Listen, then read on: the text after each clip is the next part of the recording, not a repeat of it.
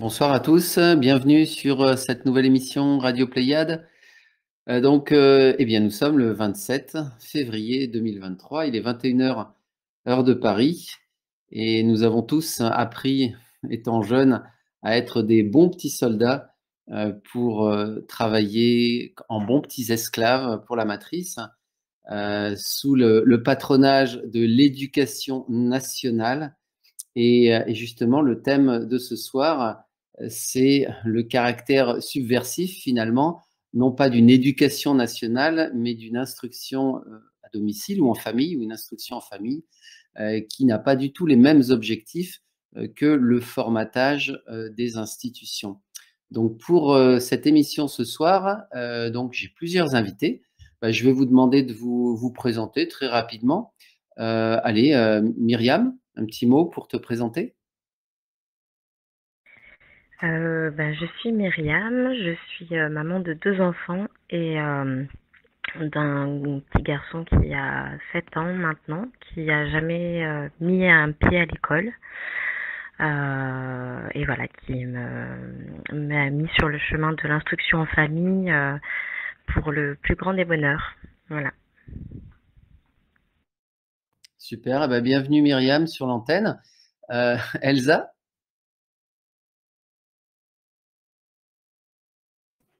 Elsa, es-tu là?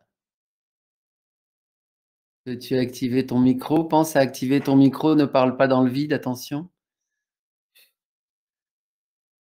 Bon, bah écoute, si Elsa n'intervient pas, moi Didi, je te propose de te présenter, c'est pas grave, tu vas intervenir aussi, tu peux nous dire deux mots, nous Alors, dire qui tu es. moi, je suis déjà maman d'un garçon de 8 ans et autrement, je suis professeure des écoles, anciennement instite, et dans l'éducation nationale depuis de nombreuses années. Et voilà, l'arrivée de mon fils, je me suis posé pas mal de questions.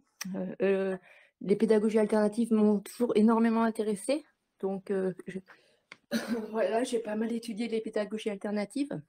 Et à l'arrivée de mon fils, on a fait, il n'est pas allé à l'école, il est resté à la maison. On a fait l'école à la maison et je me suis beaucoup intéressée à ce sujet-là. Voilà. Bah super, bah écoute, tu nous en parleras. Et Elsa, j'ai cru voir que Elsa était revenue.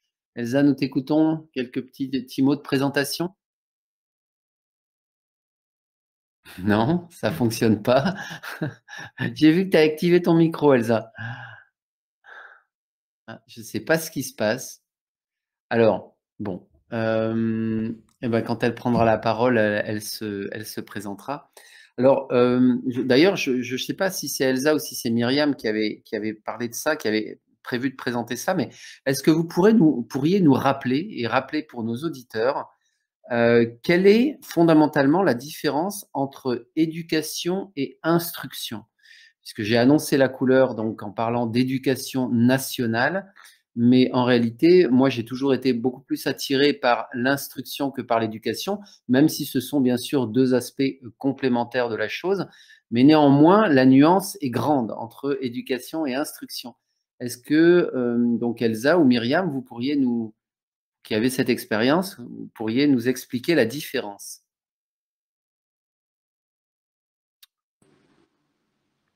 Est-ce qu'on m'entend? Ah oui, on t'entend Elsa. Parce que moi, j'entendais rien du tout. J'ai pas entendu Myriam. Ah, eh ben écoute, on a des problèmes techniques. Bon, bah écoute, on touche du bois, on croise les doigts, on fait tout en même temps. Et alors, je te propose de donner quelques petits mots de présentation et puis après, peut-être de nous dire la différence entre éducation et instruction. Alors, je m'appelle Elsa, je suis une maman de 3 jeunes qui maintenant sont majeurs et on a fait l'instruction à domicile pendant, bon, je vais dire 20 ans, dès la naissance de mon aîné en 96 jusqu'en 2016. Alors, mon aîné a fait instruction à domicile complète, hein. Il a passé son bac en candidat libre et mes 2 filles ensuite, il y en a une qui a fait un petit passage à l'école, enfin au lycée, et l'autre, complète sauf un petit incident, de 3 mois en 4e. Voilà, et maintenant ils sont tous les 3 ils ont tous les 3 suivi des études en faculté, et puis ils commencent à vivre leur vie. Voilà. Très bien. Alors, introduisons la différence entre éducation nationale et instruction. Instruction familiale ou à domicile. Alors la différence entre instruction et éducation, c'est qu'instruction, en fait, c'est apporter un savoir brut, objectif, hein, les choses sont comme ça, on explique. Tandis que l'éducation, eh ben, c'est l'instruction plus une notion de morale, de, comment dire? De jugement, de bien et de mal, d'une formation, d'une, comment dire? Enfin, faut vouloir former les enfants sur, les gens sur des notions, subjectives, en fait. Sur une culture, sur sa façon de penser, que les choses sont bien ou mal. Donc on passe de l'instruction qui est tout à fait objectif, à un savoir, apporter un savoir, à une, éducation, qui est beaucoup plus pernicieuse puisque elle est pas basée sur des faits, communs à tous, hein. C'est un choix, en fait. Je sais pas si j'ai réussi à me faire comprendre? Ouais, moi je parfaitement. Je sais pas Myriam si tu souhaites, donner un complément par rapport à ça? Oui, moi je rajouterais que dans la notion de d'éduquer, il y a la notion de d'avoir du pouvoir sur l'autre. Euh, Avoir une envie de donner une direction à l'autre en fait. Là où l'instruction, c'est plutôt, je pense qu'il y a plutôt un mouvement de l'apprenant vers le savoir. Et je rajouterais même une autre notion qui est la notion de l'apprentissage. Et, euh, et moi, je pense que c'est plus de ça dont j'ai envie de parler, en tout cas dans mon expérience. Parce que l'apprentissage, en fait, c'est quelque chose qui est complètement inhérent à tous les êtres vivants, finalement. Enfin, puisque on apprend comme on respire, on apprend de chaque expérience. Et là, pour le coup, il y a vraiment un, comment dire, un mouvement interne de soi vers le savoir, vers la connaissance, là où l'instruction et l'éducation nécessitent un, un instructeur, un éducateur en fait. Donc, enfin voilà, voilà, c'est pas pour l'idée, c'est pas de peut-être que les trois sont possibles, les trois sont, enfin, moi je pense que dans ma vie familiale, je peux à la fois être dans l'éducation, à la fois dans l'instruction, et puis j'essaye au maximum de mettre de la conscience sur le fait que mon enfant et mes enfants sont en apprentissage. Voilà. Alors alors, dans nos discussions préparatoires justement à cette émission, vous m'avez corrigé plusieurs fois, mais à juste titre, parce que je parlais d'éducation en famille ou bah, j'utilisais pas les bons termes. En réalité, il y a plein de combinaisons possibles, éducation en famille, instruction à domicile, instruction familiale. Quel est le terme que vous préférez justement, parmi tous ces termes-là et pourquoi? Alors moi, j'utilise uniquement le terme d'instruction en famille parce que c'est celui qui me semble le plus juste et dans le sens où bah, c'est comme je disais en fait la notion de domicile pour moi elle est pas tout à fait juste parce que ça induirait qu'il y a quelque chose de très enfermant. C'est d'ailleurs ce que beaucoup d'institutions souhaitent faire entendre, parce qu'en réalité, on n'est pas du tout la majorité du temps à domicile pour les apprentissages. Enfin, il y a beaucoup d'apprentissages qui se font en dehors du domicile et c'est pour ça que je préfère le terme d'instruction en famille parce que pour le coup, c'est dans ce contexte-là que l'apprentissage se fait et je dirais même l'instruction en famille et en milieu familier parce que du coup, enfin, c'est aussi voilà, une instruction qui est dans un milieu qui dépasse aussi l'environnement de la famille et qui s'étend à un environnement familier parce c'est les enfants, en tout cas pour les familles que je connais, y compris la mienne, on est quand même souvent dans des lieux familiers comme les médiathèques, les ludothèques, enfin les espaces communs. Et on peut être avec la famille, avec les amis, avec d'autres personnes qui font l'instruction en famille, et puis aussi avec, enfin, avec les enfants qui fréquentent l'école. Donc voilà, moi c'est plutôt le terme d'instruction en famille que j'utilise et que mon fils utilise aussi pour définir un petit peu où il en est. Même si ça dépasse stricto sensu le cadre de la famille, en l'occurrence, cette notion d'instruction, j'imagine. Enfin, c'est pas juste le cadre. Enfin, il peut y avoir enfin, chaque personne finalement qui côtoie l'enfant participe enfin, de façon plus ou moins indirecte à l'instruction. Je dirais que en fait, le terme de famille, il est important parce que euh, c'est quelque part, c'est vraiment là que ça se. Enfin, on en reparlera peut-être plus tard, mais je trouve que c'est un enjeu parce que c'est vraiment, ça vient vraiment en opposition avec finalement l'éducation nationale qui on va dire, qui sépare l'enfant de la famille, enfin, et du milieu, d'un milieu protégé. Donc effectivement, l'enfant n'est pas forcément tout le temps avec sa famille, mais il est quand même sous l'autorité, on va dire, légale ou sous la responsabilité de sa famille dans tous les moments de sa journée. D'accord. Alors Elsa, qu'est-ce que tu en penses, toi? Quel est le terme que tu utilises dans ton quotidien que tu as utilisé dans ton quotidien? Alors, je sais pas comment ça va se passer avec Elsa. C'est une émission avec challenge. Euh, eh, non. Oui, alors Didi, tu peux prendre la parole si tu veux. J'ai vu que tu avais activé ton micro. Je sais pas ce que tu en penses, toi, parce que on a des problèmes. Elsa a des Oui. soucis apparemment pour nous parler. Alors, c'était pour dire que éduquer, tu vois, parce qu'on se posait, enfin, tu demandais éducation, entre éducation et instruction. Bon, déjà, éduquer, ça vient d'une racine latine, ducere. Il en parle très bien, Jean-Pierre Lépris. Et,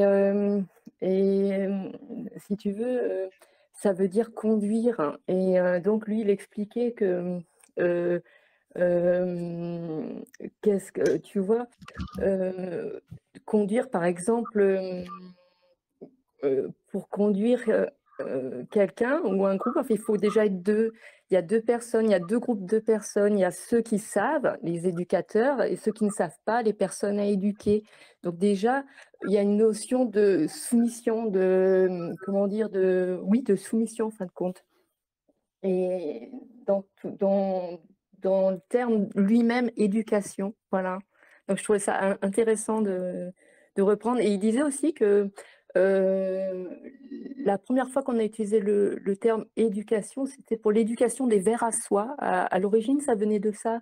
Il y avait un traité qui avait été fait et on éduquait à l'époque les vers à soie. Donc, et après, Jean-Jacques Rousseau, est venu le terme éduquer, mais pour les enfants. Donc, on a enfin, le terme éducation pour les enfants, il est apparu à ce moment-là. Donc, mais c'est intéressant de voir qui on éduque de nos jours, qu'est-ce qu'on éduque, et savoir qu'à l'époque, enfin à l'heure actuelle, on éduque aussi les chiens, quoi. Il y a l'éducation canine.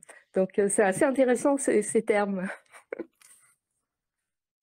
Oui, très intéressant. Donc, bah, merci donc d'introduire justement ce personnage, donc moi que je connaissais pas, hein, Jean-Pierre Lépris. Donc, je vous invite à aller regarder la vidéo. Donc, alors j'ai posté là une vidéo autour de Radio Pléiade dans le fil général. Donc, rencontre de la génération 2019, Apprendre, c'est naturel avec Jean-Pierre Lesprit. Donc, si vous souhaitez le découvrir.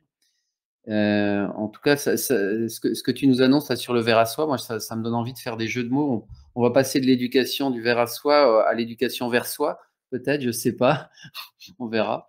Mais ouais, c'est intéressant. Alors, je sais pas si Elsa peut prendre la parole encore une fois. Je sens que je vais la chercher ce soir parce que je ne vois pas son micro qui s'active et ça va être compliqué. Alors, bon, on a Sab qui a levé la main. Je ne sais pas si c'est un hasard, mais Sab, si tu souhaites prendre la parole. Ah, voilà, j'ai passé le micro gris et Sab a disparu. Bon, c'est compliqué. En tout cas, merci pour ça. Alors moi, j'ai quand même, moi, j'ai découvert quelque chose en préparant cette émission. J'aurais envie de vous poser une colle. Est-ce que vous savez ce que signifie faire l'école buissonnière? Est-ce que vous êtes déjà posé la question? Ah, Elsa est de retour. Vas-y, je te laisse parler, Elsa, parce que à chaque fois, il y a des soucis pour ton intervention. Vas-y. Et voilà. Et Elsa a été déconnectée. Alors, est-ce que vous savez ce que signifie faire l'école buissonnière? Allez, je vous pose une colle. Vous pouvez répondre dans le chat. Et en attendant, Didi, qu'est-ce qui se passe avec cette émission? Myriam, est-ce que Myriam aussi a été déconnectée? Je la repasse en micro gris. Ah, on a l'impression de faire un sujet, encore une fois, tout à fait anodin, mais qui ne l'est pas, bien évidemment.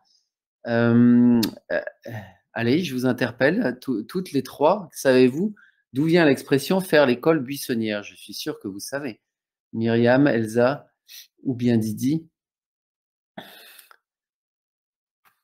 Non. Ben, en fait, moi, j'ai découvert que ça vient de... Oui, vas-y, Myriam. Non, non, en fait, je l'ai écouté et en fait, je n'ai plus en tête. Tu vas le dire mieux que moi. Ah, ça, je suis pas sûr, non. Et alors, contrairement à ce que dit Silam dans le chat, non, non, ce n'est pas aller se cacher dans les buissons. Enfin, encore que, ce n'est pas se cacher dans les buissons au lieu d'aller à l'école. Non, non, à l'origine, en fait, c'est lié au...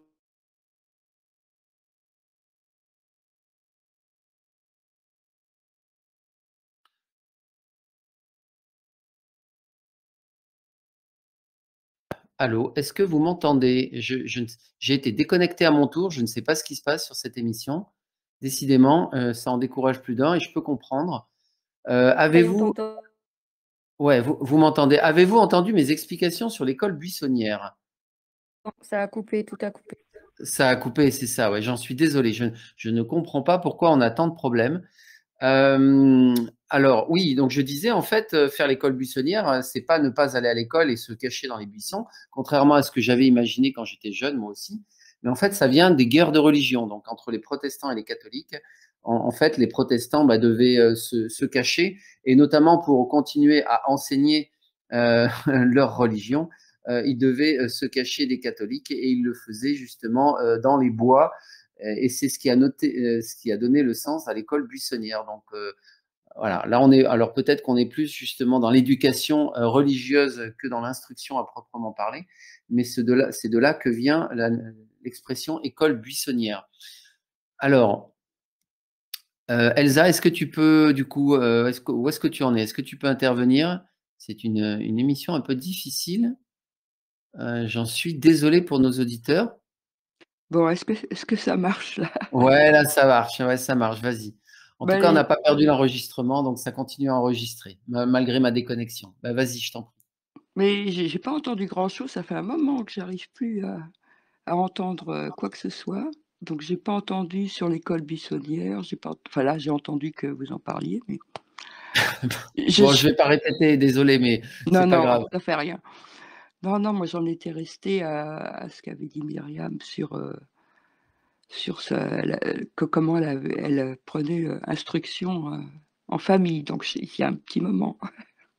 Oui, voilà, c'est ça. Et alors, toi, justement, quel est le terme que tu utilisais, toi, avec tes trois enfants, là? Bah, école à la maison parce que c'était plus pratique pour que les gens comprennent et puis bon, dans la mesure où on a pris des cours par correspondance nous, en plus, enfin dire quoi, notre, notre façon officielle de faire, c'était par cours par correspondance en école privée. Ça, c'était un peu la façade. parce que pour les inspections, pour les gens autour surtout, parce que moi ça remonte à un petit moment et il y avait beaucoup plus de difficultés à faire comprendre aux gens qu'on puisse faire l'école à la maison que l'éducation nationale. On était beaucoup moins bien vus. On était un petit peu obligés de se cacher, quoi. Maintenant, non. Maintenant, je vois bien que les gens trouvent ça formidable, intéressant, tout ça, mais avant, on était un petit peu ostracisés. Donc, on a fait des cours par correspondance, comme ça, on était un peu tranquille vis-à-vis de l'éducation nationale. Et puis bon, on les a fait. Mais on faisait surtout, enfin, ce qui m'intéressait, moi, surtout, c'était l'enseignement libre, à la demande de mes enfants, ce qu'ils avaient envie de faire. Donc, on cherchait ensemble et puis on faisait ensemble, quoi, voilà.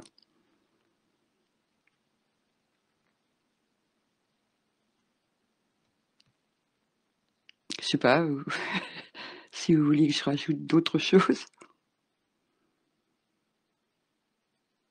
Excuse-moi, encore une fois, je parle micro fermé. Donc je disais, en fait, ça doit être une charge importante en fait pour les parents, surtout quand on a 3 enfants, des âges différents, leur donner du travail, leur donner des exercices, suivre les exercices, et cetera.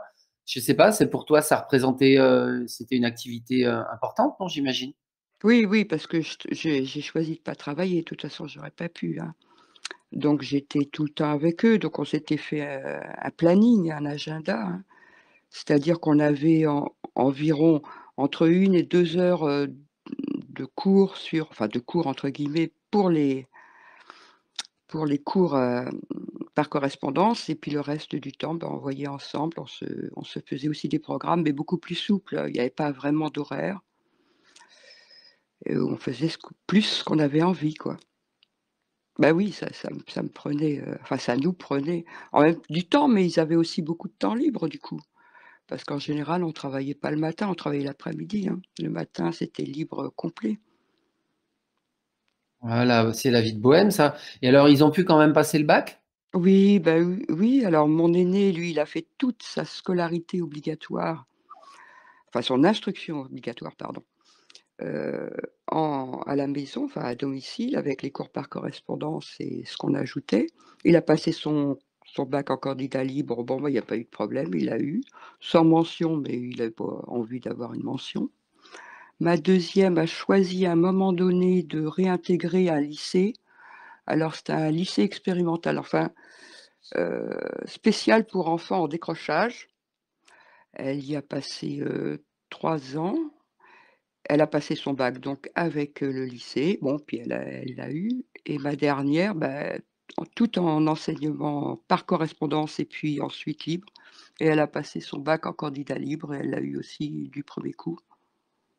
Voilà et ensuite ils ont tous les 3 suivi des études en fac. Donc mon fils, il a fait histoire, un doctorat en histoire. Ma deuxième fille, elle a fait de la philo et ma troisième, elle a fait des langues, slaves et ensuite des études d'infirmière. Voilà. D'accord, bah, c'est super. Et alors, on va rentrer un petit peu dans le dur là du sujet, Mmh. justement. C'est pourquoi aussi on traite ça, ce sujet sur Radio Pléiade. C'est quoi pour vous les enjeux justement de cette, je parlais de, je parlais du caractère subversif justement de l'enseignement à domicile. En quoi justement c'est subversif? Est-ce que ça l'est vraiment? Est-ce que c'est pas moi qui ai choisi un titre, accrocheur? Quels sont les enjeux véritablement de votre point de vue justement de l'enseignement à domicile, de l'enseignement familial, de l'instruction familiale. Mon Dieu, j'ai utilisé tous les termes sauf les bons, enfin peu importe. Vous m'avez compris. Ben, je veux bien donner mon point de vue là-dessus. Je pense que c'est subversif à plusieurs égards. Enfin, je pense que déjà pour commencer, enfin voilà, ça contrevient complètement au fondement de nos sociétés capitalistes et marchandes, parce que déjà pour commencer, enfin l'enfant reste dans la famille. Il y a une notion, je trouve qui est vraiment très très importante, c'est parce que quand le président français a décidé comment dire, de faire cesser l'instruction en famille, il l'a fait sous une loi qui s'appelait loi contre le séparatisme. Et en réalité, l'instruction en famille, c'est un mode d'instruction qui est complètement, à l'inverse du séparatisme, du premier séparatisme qu'on pourrait voir, c'est celui de la séparation de l'enfant avec son noyau familial. Et dans l'instruction en famille, en tout cas d'expérience et pour l'avoir vu tout autour de moi, il y a un choix qui est fait dans un espèce de continuum de maternité en fait. Enfin, la plupart du temps, moi ce que j'observe, c'est que les personnes qui font ces choix, enfin c'est souvent des femmes qui initient ce choix, et c'est dans la grande majorité des cas les femmes qui le portent, même si les pères peuvent être là et peuvent initier dans certains cas. La majorité du temps, il y a un espèce de continuum avec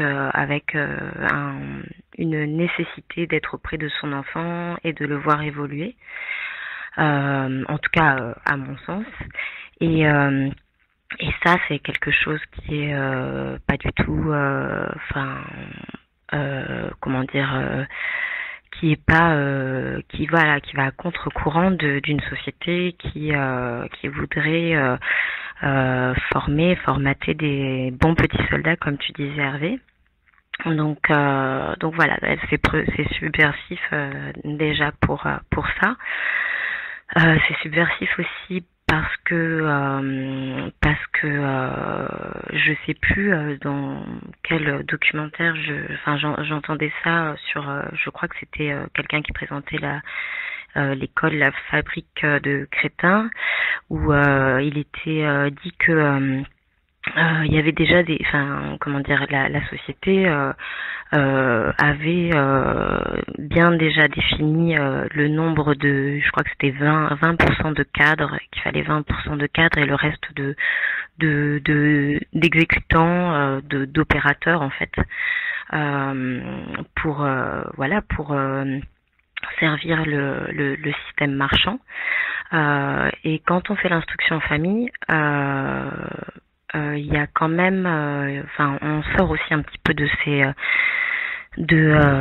ces formatages, et l'enfant a plus de chances, selon moi, de se déployer et de déployer sa créativité pour la mettre au service de son intérêt à lui, et pas nécessairement au service de celui de la société, même si comme le disait Elsa, pour trouver un métier, il faut encore obtenir des diplômes que la société décide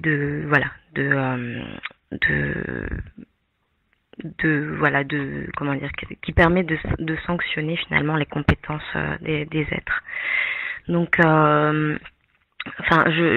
subversion, en fait, elle est à différents niveaux. Elle est aussi, elle vient aussi toucher l'idée que même si ça tend à être effacé, l'idée que la famille est le représentant légal de l'enfant, et le mieux placé, les membres de la famille sont les mieux placés pour déterminer ce qui est bon pour l'enfant. Donc il y a aussi moins d'ingérence du regard de l'État, même s'il y a des contrôles, chaque année il y a le contrôle de l'inspection académique pour évaluer la progression dans les apprentissages de l'enfant.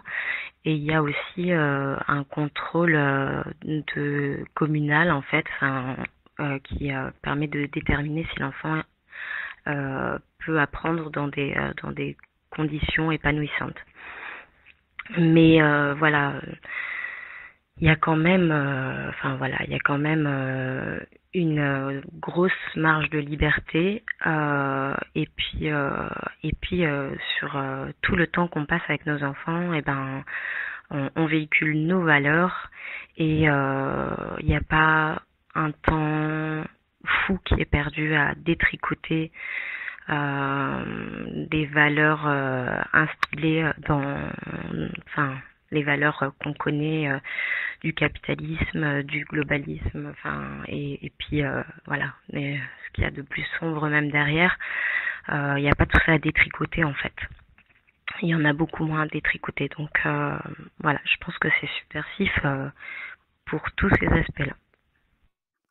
Moi, je peux vous dire que si je faisais l'instruction en famille de mes enfants, ce serait carrément subversif parce que quand je vois comment on leur bourre le crâne avec les bienfaits de la vaccination, que nous sommes dans le meilleur des systèmes démocratiques possibles, que nous sommes un pays des droits de l'homme et des libertés, enfin j'en passe et des meilleurs, moi ça me fait, ça me fait bondir de voir comment on formate les enfants justement avec des idées fausses et bien sûr, enfin, mais qui servent quelque part le système. Alors, oui, Elsa, tu as activé ton micro, mais on ne t'entend pas. Ah, je vois ton micro activé, Elsa. Ouais, le caractère subversif, est-ce que tu peux commenter aussi? Vas-y, on va y arriver, on va y arriver. Vas-y, recommence, je sens qu'on va y arriver. Réactive ton micro, prends la parole, ça va fonctionner. Sinon, Didi, si tu veux intervenir éventuellement, sinon je peux prendre aussi la réaction d'un auditeur. Alors, je vois que Marie-Agnès a levé la main. Alors, Marie-Agnès, tiens, si tu souhaites activer ton micro à défaut d'Elsa. Ça marche? Ah, ça marche. Ah, vas-y, Elsa. Bon, Marie-Agnès, on prend ta remarque tout à l'heure. Vas-y, Elsa. Le caractère subversif de l'instruction en famille. Dis-nous, c'est quoi ton point de vue par rapport à ça? Non? Ah mon Dieu, on la perd. C'est terrible. Allez, vas-y, Marie-Agnès. Nous t'écoutons si tu veux intervenir, Marie-Agnès. On ne t'entend pas. Décidément, c'est compliqué ce soir. Marie-Agnès, tu as le micro activé, mais nous ne t'entendons pas. Bon, j'en suis désolé. Bon, en tout cas, merci beaucoup, Myriam, pour ton point de vue sur la question. Mais effectivement, quand on a un regard un peu critique que d'aucuns qualifieraient aujourd'hui de complotiste, Dieu sait si on a des occasions justement de s'arracher les cheveux quand on voit comment on formate nos enfants et comment on leur bourre le crâne avec des idées qui servent le système marchand, le système capitalistique, comme tu disais tout à l'heure. Alors, bon, c'est compliqué. Marie-Agnès, non, on t'entend pas, je suis désolé. Donc, je vais refermer ton micro. Voilà. Et alors, est-ce que quelqu'un souhaitait intervenir jusque-là? Est-ce que vous auriez un témoignage à apporter? Oui, Didi, j'ai vu que tu souhaitais intervenir peut-être. Sinon, n'hésitez pas à lever la main pour ceux qui souhaitent intervenir. Oui, Vas-y. juste brièvement, c'est vrai que le choix de l'école à la maison, bah, c'était avant tout un choix d'amour par rapport à mon enfant, c'est-à-dire continuer. Pourquoi tout d'un coup à 3 ans, je devrais plus le voir, je devrais le laisser avec des gens qu'il connaît pas, avec 30 personnes qu'il connaît pas, dans un lieu qu'il connaît pas. Et tout d'un coup mener une vie, c'est-à-dire, moi ça m'a questionnée, c'est-à-dire pourquoi tout d'un coup, je sais pas 6 heures par jour, voire plus parce qu'il y a la cantine, il va vivre avec d'autres personnes qui vont quelque part lui transmettre d'autres valeurs, d'autres choses et tout et moi, enfin nous, la famille, tout d'un coup, on passe à un autre plan donc ça a été vraiment un choix d'amour de l'accompagner, de pouvoir lui permettre de continuer à rester, à la maison et de grandir, de prendre le temps de grandir. Voilà et l'éducation, aujourd'hui nationale, c'est un coût de 154 milliards d'euros par an en France, le budget à peu près, donc il y a des enjeux là-dessous. Donc c'est quoi ces enjeux idéologiques? Pourquoi on met tant d'argent là-dedans? Donc il y a vraiment des enjeux économiques, il y a vraiment des questions à se poser sur ces enjeux-là. Donc l'école à la maison, oui, pourquoi il y a eu un grand coup de bâton sur ces parents qui ont fait ça? C'est parce qu'il y a de la subversion là-dedans, ouais, c'est sûr.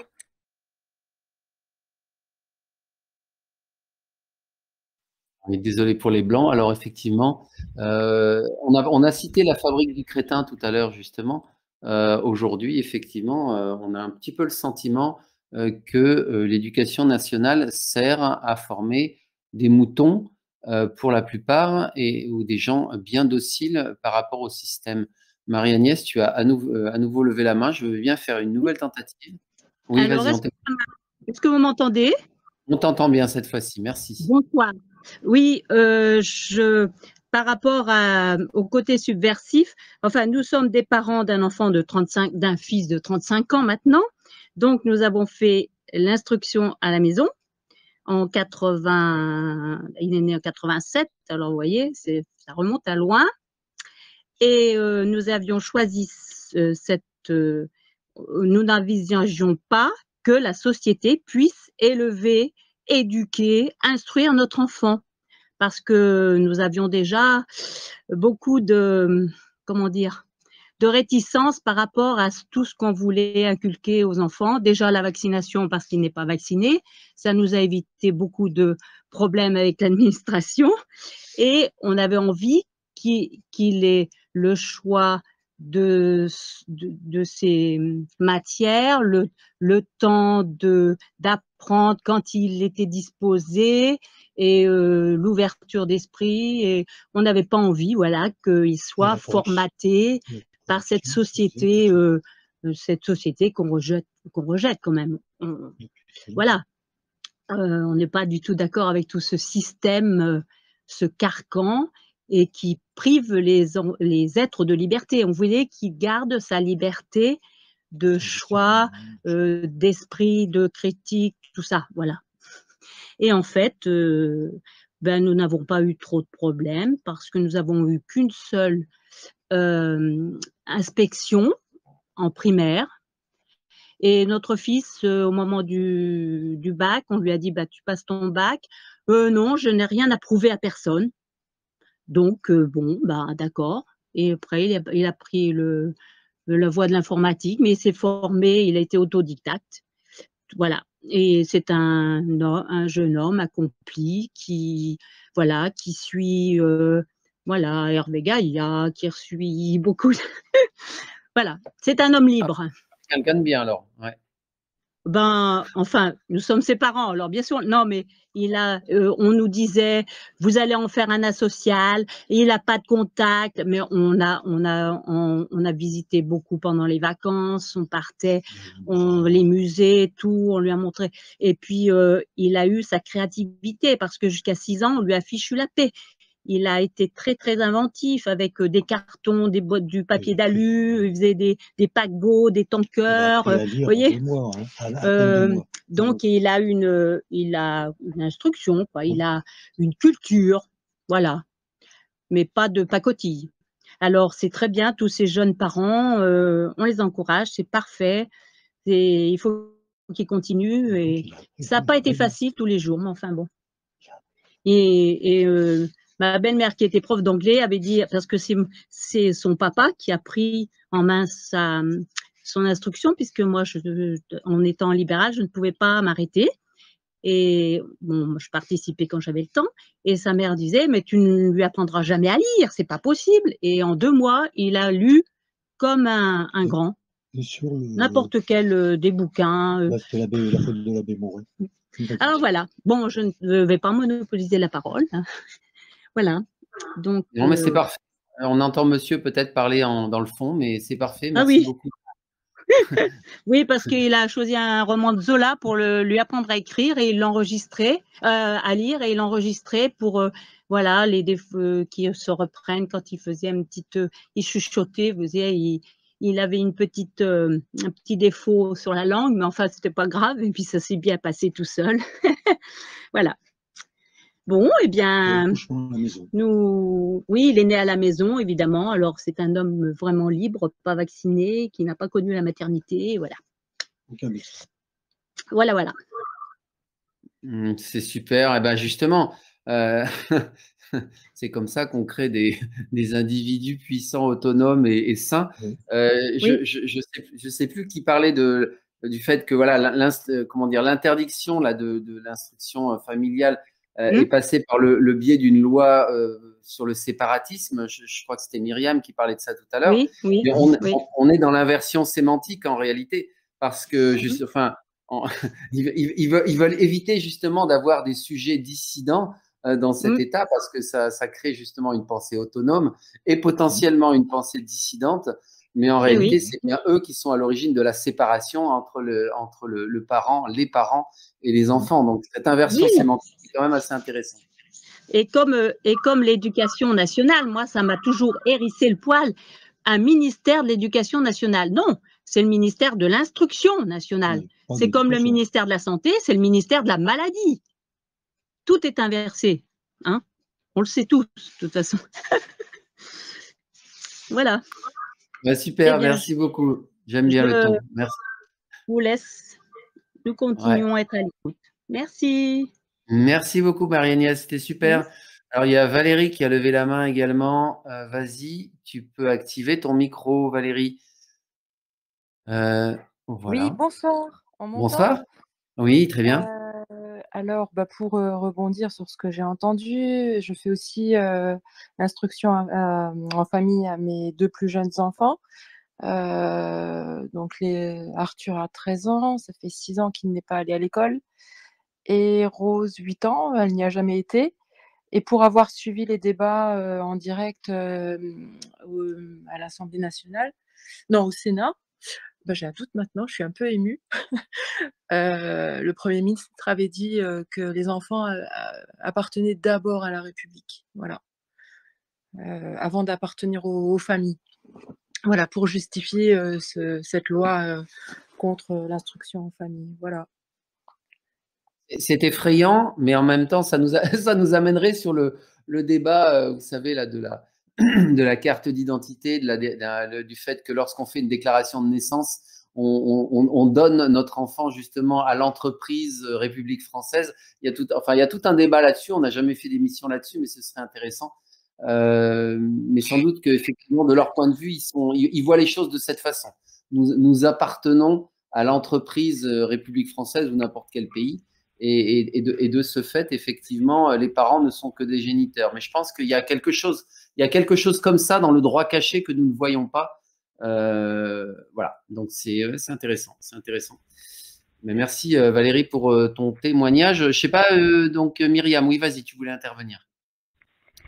Oui, je voulais juste dire que en fait, il y a eu cette comment dire, cette loi qui a permis de dire que les enfants étaient les enfants de la République, mais ça l'était déjà en fait. Et je pense qu'il faut s'intéresser un petit peu à la fraude du non légal en fait, enfin tout ce qui est autour de ces notions juridiques, comme tu disais Hervé, avec la question de la personnalité juridique qui appartient à l'État, pour se rendre compte que ça a toujours été seulement, du fait que il n'y avait pas vraiment de de subversion, on va dire. Enfin, là, il y a eu un mouvement qui a été peut-être aussi assez incontrôlable au tout début des confinements, avec de nombreuses familles qui ont décidé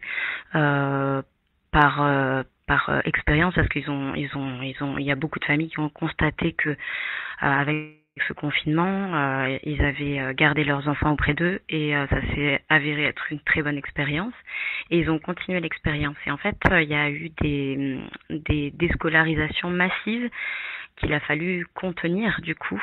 Je pense que ça a été un petit peu l'élément déclencheur de cette loi, et c'est justement parce que voilà, les familles ont réalisé qu'elles pouvaient être le meilleur représentant pour leur enfant. Et on est venu leur rappeler que non, l'État était le seul ayant l'autorité, la toute autorité sur nos enfants. Voilà. Ah ouais, ben merci beaucoup pour ce point de vue, effectivement. Ça va tout à fait dans le sens de témoignages d'enfants que j'ai autour de moi, justement, qui disent, mais on a adoré le confinement, ils travaillaient à la maison, à leur rythme, en pleine liberté, et ils demandent, mais quand est-ce qu'on aura le prochain confinement? Alors, j'ai pas envie de les décevoir et de leur dire, bon, c'est quand même assez peu probable, mais ils ont vraiment adoré ce mode de fonctionnement. Donc, ouais, ton analyse est super intéressante, effectivement. Est-ce que justement cette question-là, elle a apparu clairement dans les débats du fait qu'il fallait recadrer les choses après le confinement et après cette découverte que finalement l'instruction à domicile ou en famille, bah, c'était un vrai plaisir et qu'on n'avait pas forcément besoin d'aller à l'école. Est-ce que ça a été abordé justement par rapport au confinement ou c'est ton analyse? En tout cas, moi, je la partage complètement. Ah non, ça a certainement pas du tout été abordé parce que ça aurait été bien trop dangereux et c'est pour ça que ça a été camouflé sous des prétextes de séparatisme, de radicalisme, enfin de radicalisation et qui est enfin voilà quelque chose voilà c'est de la poudre aux yeux parce que on le sait très bien et c'est aussi comme ça que les associations d'instruction famille se sont défendues, nous ont défendues en disant que dans les chiffres, enfin, il y a très peu d'échecs en fait chez les familles qui font l'instruction en famille. Enfin, il y a très peu de problèmes de décrochage, enfin en tout cas de décrochage en tout cas, enfin, il y a la radicalisation, elle n'est pas chez ces familles-là. Ils le savent très bien. Il y a de très bons résultats. Enfin, quand les enfants se présentent leur bac ou des études supérieures. Enfin, il y a de très forts taux de réussite. Et d'ailleurs, enfin moi. Pour la petite anecdote, j'avais pour la première inspection académique de mon fils, j'ai eu affaire à un inspecteur qui était très frontal et qui venait vraiment voir à quel point j'étais en opposition. Alors évidemment, là tout le jeu est d'être très fair-play parce que enfin voilà, l'enjeu est pas des moindres, donc il est venu un peu me rentrer dedans en me demandant ce que je reprochais à l'éducation nationale, et puis au fil de la conversation, il a fini par me dire mais je comprends pas pourquoi, enfin vous faites ce choix, mais vous les parents qui faites ce choix, vous êtes les purs produits de la réussite scolaire, et enfin en réalité, bon, les parents qui font ce choix, faut être très clair, c'est voilà une classe moyenne ou une classe en tout cas qui a accès à la culture, enfin un minimum, et on le sait très bien que enfin les enfants qui vont en instruction en famille, c'est des enfants qui vont pas être complètement paumés, qui vont pas finir dans la rue, qui vont pas finir à commettre des attentats, puisqu'on le sait aussi que ceux qui commettent des attentats, c'est des enfants qui sont issus de l'école et aussi de la protection de l'enfance, où ils sont censés être protégés et recevoir des valeurs républicaines. Donc non, ça a pas du tout été abordé sous ces termes-là. Ça a été abordé sous les termes de la peur, de la peur de ces groupes familiaux qui peuvent faire germer des futurs terroristes, ou voilà. On était dans ce champ lexical-là plutôt. Des futurs dissidents et complotistes, très probablement, puisque On parlait tout à l'heure justement d'éviter la vaccination, et ça aussi, ils en ont conscience, hein. Et d'ailleurs, dans certaines écoles alternatives, il était possible aussi d'avoir comment dire, un petit peu plus de compréhension par rapport à des carnets mal vaccinés. Enfin bon, bref, mais ils le savent, tout ça. Alors, je vois que Elsa est revenue. Elsa, est-ce que tu peux essayer de peut-être d'activer ton micro, voir où est-ce que tu en es? On t'a un petit peu perdu de vue parce que tu as des problèmes de connexion. Est-ce que vous m'entendez là? Ouais, c'est bon là, vas-y. Ouais, ouais. Donc, Ouais, ouais, qu'est-ce que tu penses de tout ça là? Est-ce que tu as entendu l'intervention de Myriam? Qu'est-ce que tu en penses? j'ai loupé beaucoup de trucs là, je suis un petit peu perdue. Parce que j'ai enlevé mon D'accord, ouais. casque. Peut-être que c'était mon casque qui, j'en sais rien. Mais bon, je suis un Bon, peu perdue là, il faut que je reprenne le fil avant. d'accord, ok, il n'y a pas de souci. Bah, ah bon, en attendant, on peut prendre. Alors, j'ai vu qu'il y avait Karine qui avait essayé qui voulait intervenir.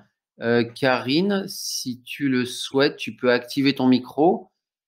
Et après, sinon, on a SGUID qui a également levé la main. Bonsoir. Oui, alors Karine d'abord. Ouais, vas-y, Bonsoir. bonsoir. Alors, c'était juste pour rebondir, mais ça a déjà été dit, le sujet de la fraude du nom légal. Enfin, c'est ce que j'allais dire, mais ça a été dit entre-temps D'accord. Oui, bah, je par trouvais rapport au pas le sujet terme. précédent. Ouais, tout à fait. Je trouvais pas le terme tout à l'heure, mais c'est ça, effectivement. C'est bien, Myriam a bien parlé de ça, la fraude du non légal. Bon, après, voilà, ça nous amènerait sur d'autres terrains. Oui, Hum, mais tout est lié, effectivement. L'éducation nationale n'a pas pour but de créer des individus libres et en tout cas libres et souverains, hein, mais bien des individus dépendants d'un système et bien, comment dire, intégrés dans un système. Et vous connaissez la fameuse citation: ce n'est pas un signe de bonne santé d'être parfaitement bien intégré dans une société malade. Et je pense qu'à plusieurs titres, on peut considérer que notre société est malade. Alors, SGUID, tu souhaitais intervenir. Merci, Karine. Oui, merci. Bonsoir. Bah, déjà, merci pour vos témoignages, c'est très intéressant. Et moi, Bonsoir. j'avais une question. Vous m'entendez? Oui, on t'entend très bien. Ok, ok. J'avais une question, oui, concernant les contrôles, en fait, parce que vous avez parlé de contrôle du gouvernement, en fait, sur ce qu'on. Je suppose que c'est sur le contenu de la formation qu'on donne aux enfants à la maison. Et comment ça se passe? Et est-ce qu'ils ont moyen, justement, d'abuser de ça? Et est-ce que nous, on a des recours en tant que parents si jamais il y a un abus d'un inspecteur, en fait, de l'éducation? Alors, qui est-ce qui peut répondre à SGUID? Je suis désolé, je t'appelle avec le Ce guide. Sguide, voilà. Qui peut prendre la réponse? Vas-y, Myriam. Alors, oui, effectivement, il peut y avoir des abus. Et d'ailleurs, cette année, il y a eu des refus massifs de reconduction, comment dire, de début d'inscription, de demande d'autorisation d'instruction en famille. Alors, il y a des associations comme l'EIA et comme l'AIA, pardon, et l'EDA, qui sont les deux grosses associations qui militent énormément avec l'aide de juristes, enfin tout un arsenal juridique pour pouvoir aussi agir sur le plan voilà juridique et du coup il y a eu des actions qui ont été menées. Il y a eu aussi une invitation quand même à enregistrer comment dire les moments d'inspection parce que enfin voilà ça peut enfin dans un contexte qui est un petit peu compliqué, enfin moi je sais que à l'heure d'aujourd'hui j'ai voilà besoin d'avoir cette sécurité là. Après voilà, moi personnellement les contrôles je joue quand même le jeu, voilà, de donner un petit peu ce qu'ils ont envie d'entendre. Sur le plan, voilà, enfin voilà, j'y vais pas très frontalement parce que si j'y allais avec mes idées, je pense que mon fils irait sur les bancs de l'école. Mais par contre, voilà, ça n'empêche pas, enfin, on est face à des êtres humains et enfin moi d'expérience en tout cas, j'ai pu aussi évoquer mon souhait et mon implication autour de mon fils pour qu'il apprenne au maximum depuis son élan interne et puis en voyant que c'est pas du tout déconnant et que mon enfant il est enfin voilà, il a plein de compétences, ben voilà, ça pose pas de problème. Je pense qu'il faut quand même être prudent quand on est inspecté. Enfin, on marche un peu sur des œufs. Enfin, c'est quand même un enjeu énorme quand on fait ce choix-là. Enfin, généralement, on n'a pas trop envie de voir son enfant retourner ou aller à l'école, et du coup, ben sur 1h30 de temps, voilà, on joue le jeu le jeu de la matrice, on va dire.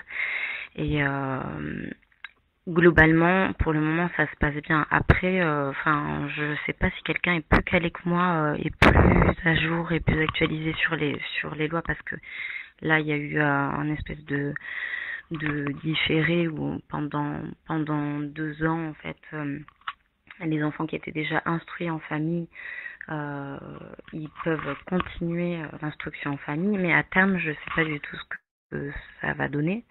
En espérant que, enfin, on n'aura pas à attendre 2 ans pour qu'il se passe quelque chose, mais voilà, en tout cas, il peut y avoir effectivement des abus. Je pense qu'il faut se prémunir, il faut être quand même un peu rencardé avec les associations, et il y a des moyens quand même d'être aidé si il y a un refus d'autorisation. Ok, donc il y a des recours quand même, il y a quand même des solutions si jamais ça se passe mal avec l'inspecteur, par exemple, ou des choses. J'ai pas vécu personnellement, j'ai pas vécu personnellement l'expérience, mais il me semble bien, enfin, je vais pas dire de bêtises, mais il me semble bien qu'il y a eu, enfin, au vu des refus qu'il y a eu, quand même assez nombreux, mais c'était plus pour des gens qui faisaient la demande, une nouvelle demande en fait pour un enfant qui jusque-là soit était scolarisé ou soit un enfant qui rentre à la maternelle. C'est là qu'il y a eu le plus de refus. Il me semble aussi qu'il y a eu des gens qui ont dû faire un deuxième contrôle, parce qu'il y a ça, par contre, au niveau des protocoles, quand il y a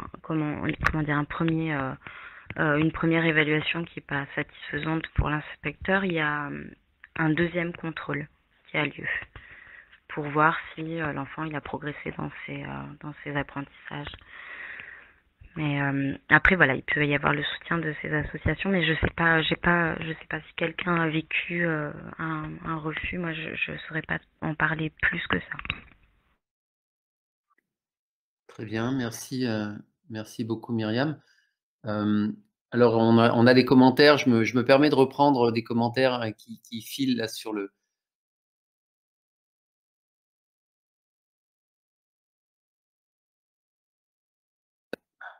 Oui, plus de son. Ok, bah, je me rends compte que je parlais dans le vide. J'en suis désolé. Donc en fait, je citais Silam et Ghislaine sur le chat. Est-ce que vous avez entendu ma citation de Silam et Ghislaine sur le chat? Vraisemblablement non. Donc oui.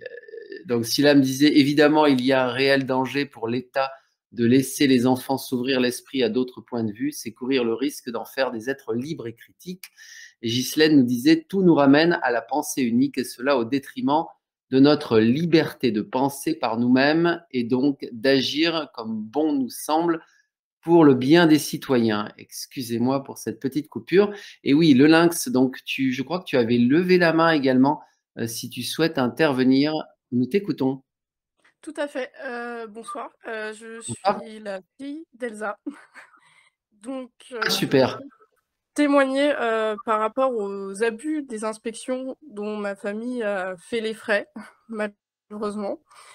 En fait, il arrive souvent que durant les inspections, déjà dans le cadre du déroulement, souvent les questions peuvent être un petit peu borderline de leur part, c'est-à-dire qu'ils font des questions du programme, mais aussi ils vont essayer de chercher par tous les moyens à piéger l'enfant, à le déstabiliser et à faire en sorte que, qu'il craque en fait. Enfin, en tout cas, moi, mes expériences malheureusement avec les inspecteurs, ça a été comme ça. Des fois, c'était des questions où ils essayaient de savoir si on n'était pas des dépressifs, alors que ça n'avait rien à voir avec le programme ou l'histoire.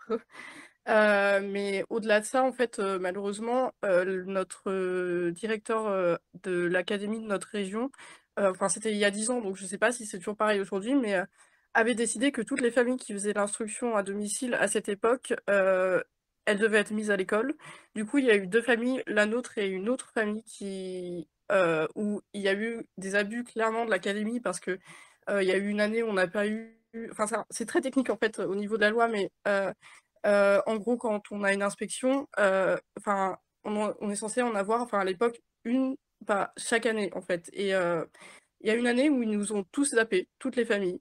Et, justement, ils ont réussi à faire en sorte que, faire passer ça sur la loi parce que quand on demande une deuxième excusez-moi, une deuxième inspection dans la même année, je ne sais pas si c'est trop clair, désolée, on peut forcer la famille à forcer les enfants à aller à l'école et malheureusement, c'est ce qui nous est arrivé et voilà.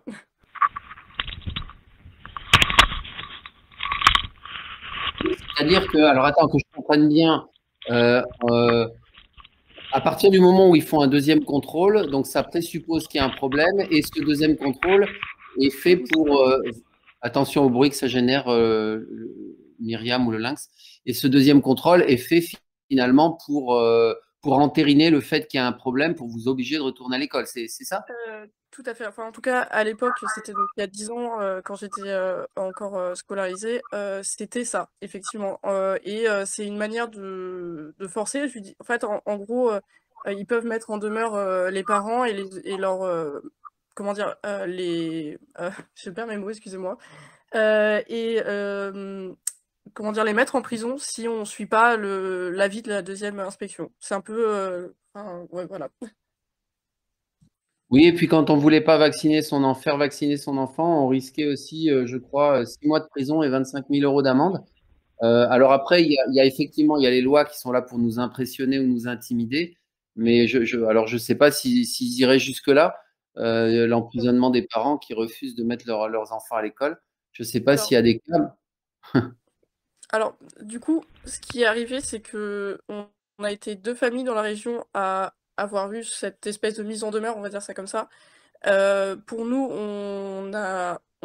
comment dire? Mes parents nous ont mis à l'école. De toute façon, on savait que c'était pour 3 mois parce que c'était totalement débile parce qu'ils nous mettaient à l'école en avril. C'était en avril qu'ils nous avaient mis cette mise en demeure, donc c'était pour 3 mois, c'était pas très, logique, mais il y a l'autre famille les a tentés en justice, je crois, il me semble, je suis pas tout à fait sûre, mais c'est passé dans la presse, locale en tout cas et vu qu'ils ont fait du bruit, ils ont réussi à passer outre, et voilà. Alors, bon, on est quand même sur Radio Pléiade. Moi, je vais faire un tout petit aparté complètement hors sujet, mais pas du tout hors sujet en réalité. Si vous commencez à avoir un soupçon de souci avec les inspecteurs de l'éducation nationale, eh bien, c'est le moment de faire votre annulation des contrats, puisque on sait qu'il y a plein de contrats d'âme qui nous lient justement à ce système matriciel. Et donc, pour leur donner moins de prise, pourquoi ne pas utiliser les outils que vous connaissez et dont nous parlons sur cette antenne, et notamment sur tout ce qui est annulation des contrats d'âme. On n'est pas sur le plan physique, mais ceci étant, ça peut avoir bien évidemment des conséquences sur le plan physique. Allez, je ferme la parenthèse, mais voilà, vous pouvez toujours utiliser ces outils-là. Elsa, est-ce que tu es revenue parmi nous? Et est-ce que tu as repris le fil un petit peu ou... puisque par rapport à ce que disait ta fille, est-ce que éventuellement tu voudrais intervenir par rapport à ça? Ouais, bon, ça marche pas. Décidément, on a des soucis avec ça. Bon, alors, est-ce que c'est Charlemagne qui a inventé l'école finalement? Le savez-vous? Quelqu'un a-t-il la réponse à cette question? Et si Charlemagne a inventé quelque chose, l'a-t-il fait pour notre bien? Ah, sacré Charlemagne. Savez-vous alors? Est-ce que c'est Charlemagne véritablement qui a inventé l'école? Bon, alors je vais vous donner une ébauche de réponse, hein. Je dis juste une ébauche, mais allez vous renseigner. Donc en fait, Charlemagne, effectivement, bon, on n'a pas bien sûr imposé l'enseignement, comment dire, obligatoire et gratuit pour tout le monde, mais va utiliser l'enseignement justement comme un outil de christianisation. Oui, on parlera de Jules Ferry plus tard, effectivement. Mais Charlemagne a utilisé l'éducation ou l'enseignement, a mis en place un enseignement c'est comme un outil politique, un outil de christianisation en réalité. Donc ça, c'est quand même intéressant à savoir, une christianisation forcée, à marche forcée. Mais c'est surtout Condorcet qui, un petit peu plus tard, justement, parlera d'écoles permanentes indépendantes, en tout cas dans sa théorie à lui, en tant qu'intellectuel, Condorcet voulait une école indépendante de toute autorité politique. Et je crois que nous sommes très, très, très loin aujourd'hui des principes qui avaient été énoncés par Condorcet à l'époque. Alors, je ne sais pas si vous souhaitez réagir par rapport à ça, que ce soit Charlemagne ou Condorcet. Est-ce que vous avez un avis sur la question? Alors que ce soit donc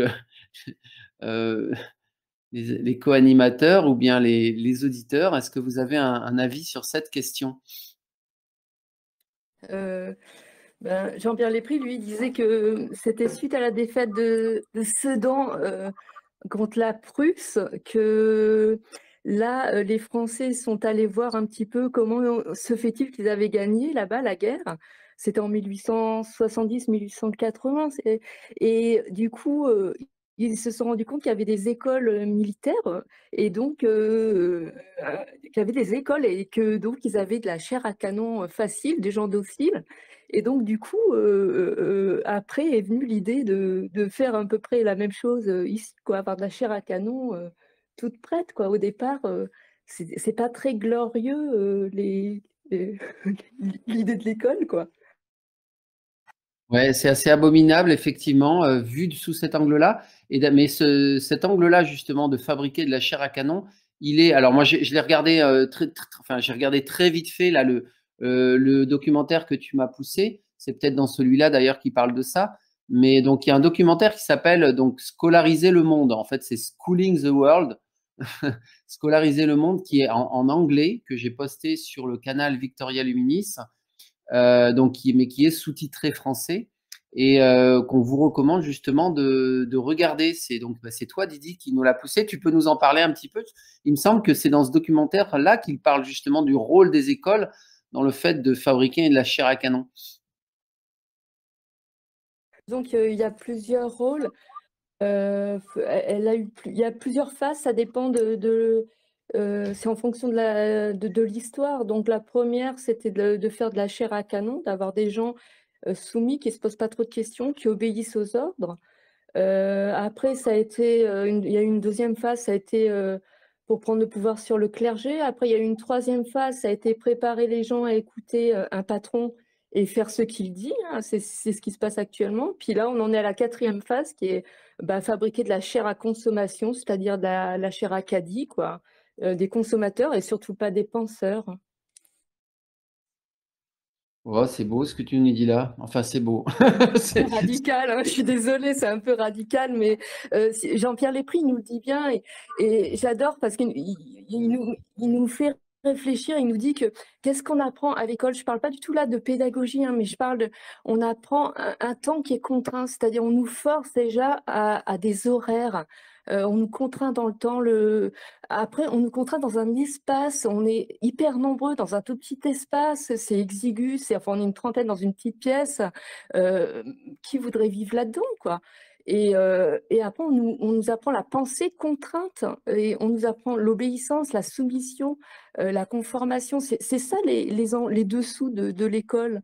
Donc, et voilà, c'est dur, hein. Ça donne un être humain qui devient docile et soumis en fin de compte. Oui, et donc ça forme des petits esclaves, comme je disais en début d'émission, mais qui n'ont même pas conscience justement de leur situation d'esclave. Elsa parlait tout à l'heure du fait que ces jeunes, justement, bah, ils apprenaient l'après-midi et puis le matin, ils faisaient ce qu'ils voulaient. Moi, quand je vois ces jeunes qui apprennent à se lever dès le plus jeune âge à 7 heures, voire même 6h30 du matin pour arriver à heure fixe effectivement, dans une semi-prison bétonnée, puisqu'on on enlève de plus en plus les espaces verts dans les écoles parce que, bon, vous ne vous rendez pas compte, c'est vecteur de maladie ou je ne sais trop quoi. Enfin, il faut les apprendre à se déconnecter de la nature et les apprendre à se lever tôt pour aller travailler et pour être un bon petit esclave de la matrice qui obéira à un patron, comme tu le dis, et bien sûr qui ira faire ses courses en supermarché le samedi. Donc, non, mais alors, moi, j'ai pas lu le livre de La Fabrique du Crétin. On a envisagé justement de faire éventuellement une émission là-dessus. Il y a aussi une suite, La Fabrique du Crétin numérique. Mais les enjeux, ce qui est sûr, c'est que voilà, ces enjeux vont bien au-delà de ce qu'on imagine. Et si nous avons du mal à sortir de d'imaginer que nous pourrions être justement des petits esclaves au service d'un système, c'est bien parce que nous sommes passés par ce système d'éducation nationale. En tout cas, aujourd'hui, personnellement, j'en suis intimement convaincu. Une réaction par rapport à ça? Oui, Ivan Illich, lui, il parlait de scolarisation de la société. Et, et bon, ça va un petit peu dans ces explications-là de finalement faire sortir les gens des campagnes, les gens qui vivaient un petit peu au rythme du soleil, de la nature, et les contraindre à aller effectivement dans des petites boîtes pour pouvoir répondre aux besoins de la société industrielle en fait, avec des opérateurs qui vont se retrouver dans des usines et qui doivent pouvoir supporter d'être serrés comme des sardines, être en contact avec 30 personnes qu'elles n'ont pas envie de voir, et avec des lumières, des néons, parce qu'il faut voir aussi le contexte dans lequel se trouvent les enfants. Et là, je suis désolée, je dois vous quitter momentanément. Petite urgence avec mon bébé. Yep. Ok, merci Myriam. Ouais. Du coup, je voulais juste rebondir sur ce que Myriam disait. Du coup, je prends ainsi parce que dans Schooling the World, il montre bien ce côté-là dans ce documentaire, dans ce film, par rapport à toutes les écoles, c'est-à-dire c'est vraiment dans plein de pays, on voit cet effet école, où avant il y avait des villages qui pouvaient vivre, comment dire, en autonomie, en autarcie, où il y avait une culture qui était transmise, un savoir qui était transmis de génération en génération, avec des villages autonomes, avec des savoir-faire et tout. Et l'école a fait que ces jeunes sont partis, on les a envoyés dans ces structures, on les a forcés à y aller, et du coup, tout s'est perdu, tout ce savoir-faire, toute cette autonomie, cette richesse, on a acculturé la société, et c'est vraiment très, très intéressant ce film par rapport à ça. Voilà. Parfait, ben merci beaucoup. Alors on a un peu perdu tout le monde là, enfin presque. Je veux dire, voilà, Elsa a du mal à prendre la parole. Myriam nous a laissé un instant. Est-ce que vous auriez éventuellement, chers auditeurs, des questions ou des réactions par rapport à tout ce qui vient de dire? Aviez-vous conscience de cela? Est-ce que finalement, il n'y a rien de nouveau pour vous? En tout cas, moi, je trouve le débat plutôt intéressant qui pourrait nous amener justement sur d'autres sujets, comme on parlait tout à l'heure de la fraude du non légal, ou le conditionnement, ou le contrôle mental, hein, puisque c'est déjà un début de contrôle mental. L'éducation nationale, un début, enfin, c'est une continuité même. C'est un élément constitutif du contrôle mental, indéniablement. Est-ce que vous souhaiteriez réagir par rapport à cela? Et sinon, à défaut, on fera une émission un petit peu plus courte que d'habitude. Elsa, je regrette vraiment, je sais que tu avais plein de choses à dire et je ne sais pas pourquoi c'est contre nous ce soir. Je ne sais pas si tu peux encore nous entendre correctement, mais j'aurais bien aimé que tu nous parles un petit peu plus, puisque tu avais beaucoup de choses à dire sur ces sujets-là. Moi, j'aurais bien aimé citer aussi un autre nom qui est intéressant à voir, c'est par exemple André Stern. C'est le fils d'Arnaud Stern et du coup, lui, il a vécu la non-scolarisation. Il n'est jamais allé à l'école, on l'a jamais forcé à être éduqué ni rien. Et donc, c'est quelqu'un qui a une vie assez incroyable, c'est-à-dire pour lui, le travail, c'est pas du travail, c'est du plaisir, quoi. Et il y a plus de notion de travail. Je sais pas comment expliquer ça parce que nous, les enfants scolarisés, on a cette notion de travail, de labeur, de dureté. Et là, c'est pris sous une notion de plaisir, en fin de compte. Le travail, apprendre c'est du plaisir. Et, c'est assez intéressant de voir des personnes qui fonctionnent différemment. On n'a pas été passé sous la torture pendant des années, justement, dans un système d'éducation nationale. Et donc, du coup, on appréhende, comme tu dis, ouais, nos activités rémunératrices comme une activité et non plus comme un travail à proprement parler, dont l'étymologie est associée à la torture, d'après certains. Alors, moi, je suis prêt à prendre des commentaires, des témoignages. Il y a malheureusement, ouais, Myriam nous parlait d'Ivan Illich. Alors, j'aurais bien aimé lui poser la question avant qu'elle parte, qu'elle nous précise un petit peu qui est cet Ivan Illich. Rien à voir avec Vladimir Illich. Mais voilà, je ne sais pas si toi, Didi, tu connais cet Ivan Illich. Apparemment, ça a l'air d'être une référence dans le domaine justement de la déscolarisation, enfin, de la vision critique justement du système éducatif. Mais Je crois que c'est un peu, tu sais, tout ce qui est mouvance, comment dire, unschooling, c'est-à-dire ne pas ne plus instruire, ne plus éduquer. C'est que l'enfant, en fin de compte, il apprend par lui-même, c'est inné chez lui. Il a cette capacité, ce plaisir à apprendre de façon tout à fait naturelle. Et c'est l'environnement autour, il va être intéressé par quelque chose et il va aller vers ce qui le porte intérieurement et il va s'instruire lui-même, il va apprendre lui-même de. Donc c'est cette mouvance-là et c'est vraiment hyper intéressant, ouais.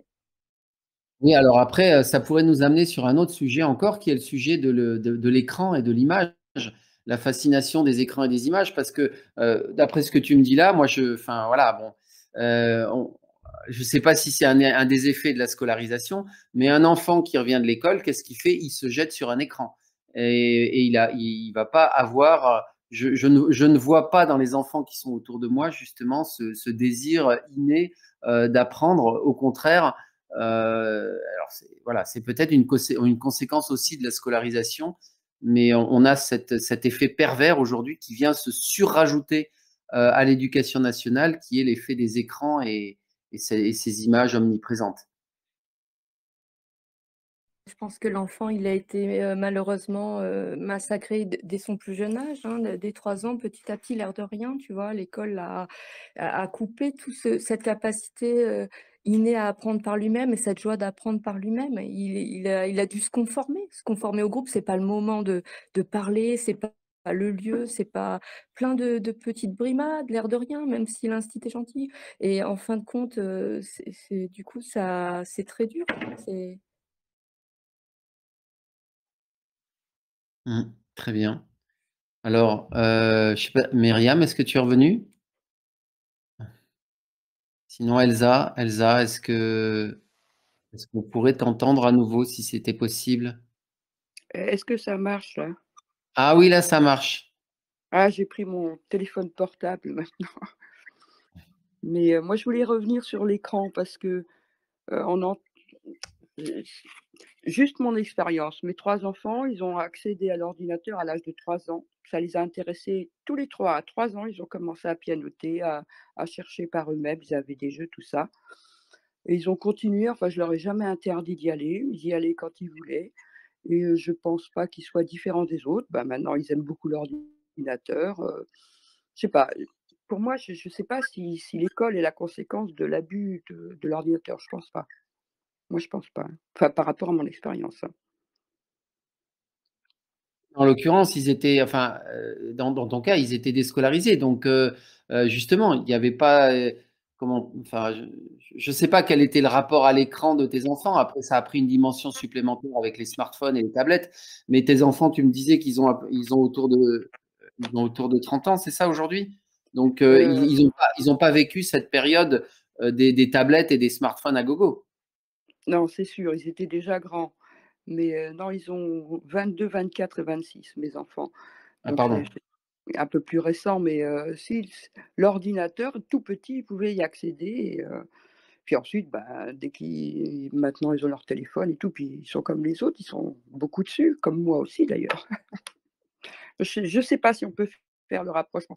Peut-être le fait qu'ils s'en sont privés et qu'ils ont envie d'y aller plus, je sais pas. Là, je peux rien dire. Je voulais juste dire, comment ça s'était passé avec les miens, qu'ils ont jamais été interdits de quoi que ce soit et que, bon, ils sont comme les autres, ils regardent beaucoup.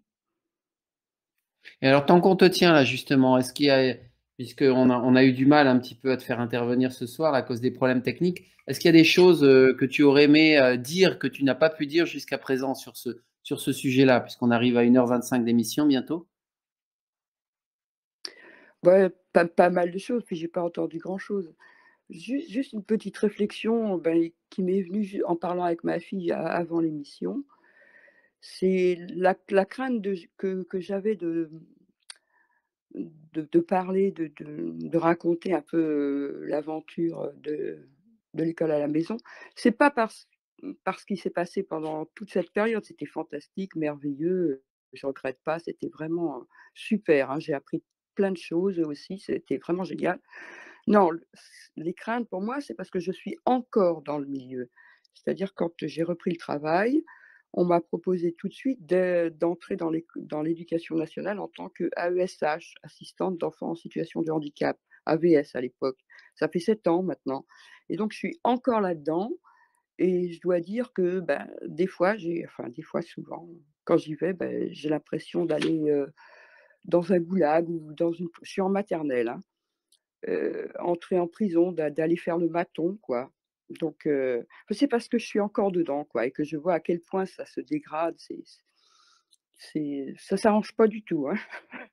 Voilà et donc du coup, je me suis dit: «En fait, je supporte tous les jours la bêtise des adultes et mais pas les enfants. Au contraire, ils sont je les trouve beaucoup, beaucoup plus éveillés qu'avant, beaucoup plus réfractaires aux ordres, à l'autorité. En fait, il y en a beaucoup qui font un peu ce qu'ils veulent. C'est ça qui est dramatique pour les enseignants et que en fait, l'école, bah, ça serait bien sans adultes. Ça serait bien avec des enfants et des vieux enfants et puis après, il faudrait changer le nom école, mettre un autre parce que celui-là, il est entaché de trop d'histoires lourdes et assez toxiques, je dirais. Voilà, c'était une petite réflexion. Ok, merci, merci Elsa. Alors, CC souhaitait intervenir. Vas-y. Non, toujours pas. Est-ce que tu peux activer ton micro, CC? Oui, bonsoir. Bonsoir. Oui, alors moi, ils n'ont pas fait, l'école, en à domicile parce que, bah, je pouvais pas. Alors c'était financier et puis, c'était pas pratique. Mais c'est vrai que moi, j'ai 2 enfants complètement différents. Un qui est complètement rentré dans le moule et qui est même limite lobotomisé par l'école et je le vois bien, par rapport à l'actualité, par rapport à tout ce qui s'est passé, le contexte et là, ça a été plutôt flagrant. Et puis une autre, ma première qui elle, n'a jamais réussi à rentrer dans le moule, qui était que un peu, bah, qui a toujours tout fait en retard. Enfin voilà, je parle je dis en retard parce que finalement, il fallait qu'elle rentre dans les cases, hein.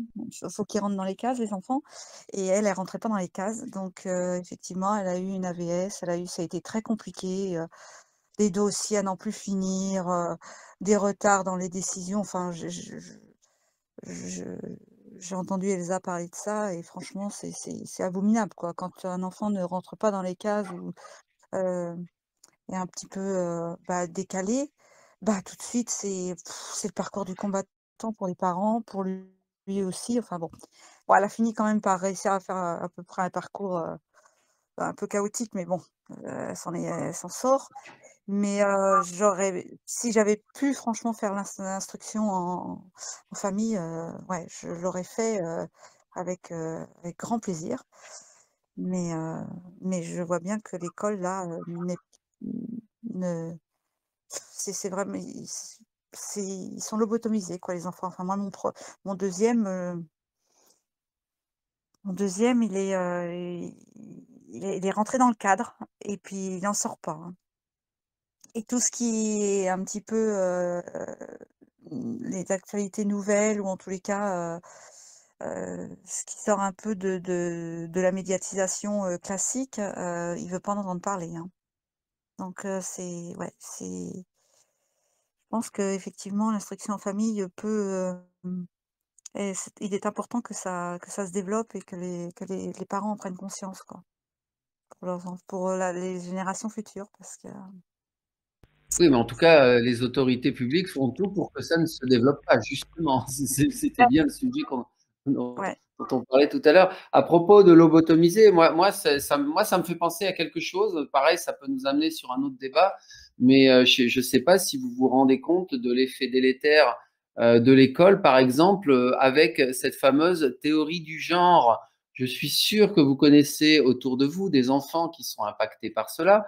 Des enfants qui commencent à vous dire oh bah moi je suis ni fille ni garçon, je suis gender fluide et demain peut-être xénogenre. Enfin, vous voyez un petit peu. Et alors moi je suis face à des enfants qui sont très intelligents, mais qui sont impactés par justement cette vision-là qui vient enfin du planning familial, enfin des choses qui sont, je dirais, orchestrées, j'en suis intimement convaincu, au niveau international, et qui, de facto, déversent une idéologie délétère qui prépare au transhumanisme, justement, à travers le système de l'éducation nationale.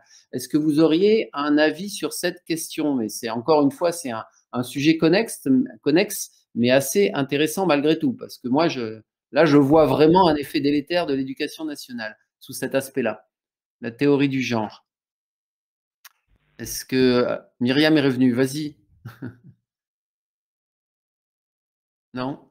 J'avais l'impression que Myriam était revenue, avait activé son micro. Ouais. Juste pour dire, je pense que c'est voulu, oui, la théorie du genre, hein, parce que je me souviens qu'il y a 10 ans de ça, on avait reçu des mails en tant qu'enseignant. On nous disait attention, il y a des sectes et tout, on va vous parler de la théorie du genre, faut pas écouter, on ne sait pas trop ce que c'est, hein. Et c'était déjà sorti à cette époque-là, il y a plus de 10 ans. Et je me suis dit, mais c'est quoi ce truc? Au départ, je connaissais pas trop. Et maintenant, franchement, je pense que c'est complètement voulu par la cabale qui met ça en place, quoi, pour nos enfants, justement, et je le vois aussi dans certains bouquins, même des livres pour enfants.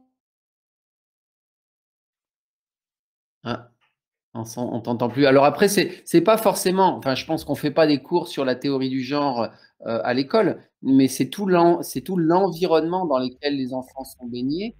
Et c'est peut-être aussi les mouvements LGBT, justement, on met en avant la tolérance et sous couvert de mettre en avant la tolérance, en réalité, on met l'accent sur les mouvements LGBT. C'est ça toute la subtilité des choses.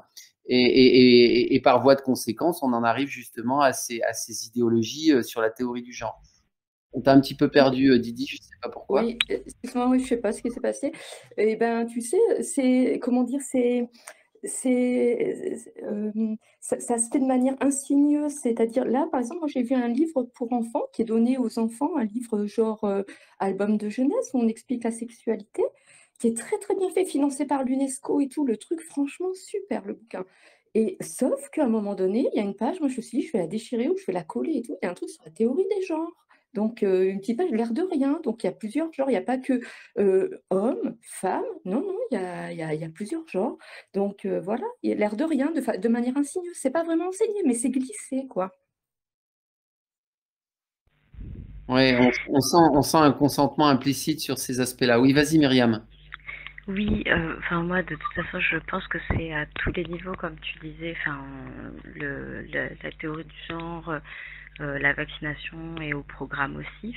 Enfin je veux dire en éducation civique, les enfants doivent enfin aborder la question de la vaccination. Je sais plus à quelle période, enfin si c'est enfin sur quel cycle scolaire c'est, mais il y a aussi l'arrivée des écrans. Enfin, il y a plein d'écoles qui